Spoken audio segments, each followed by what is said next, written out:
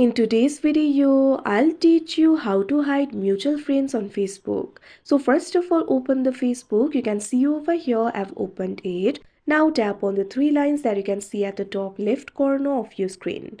Now you'll be able to find various options over here. Tap on this option, settings and privacy. Now tap on the option settings. Now you'll be able to access the settings and privacy options over here. Under the section for audience and visibility, you'll be able to find this option for how people find and contact you.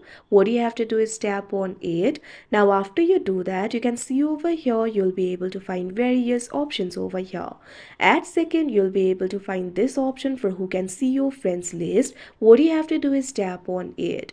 Now after you do that, make sure to tap on this option only me. Now tap on the save option that you can see on the screen.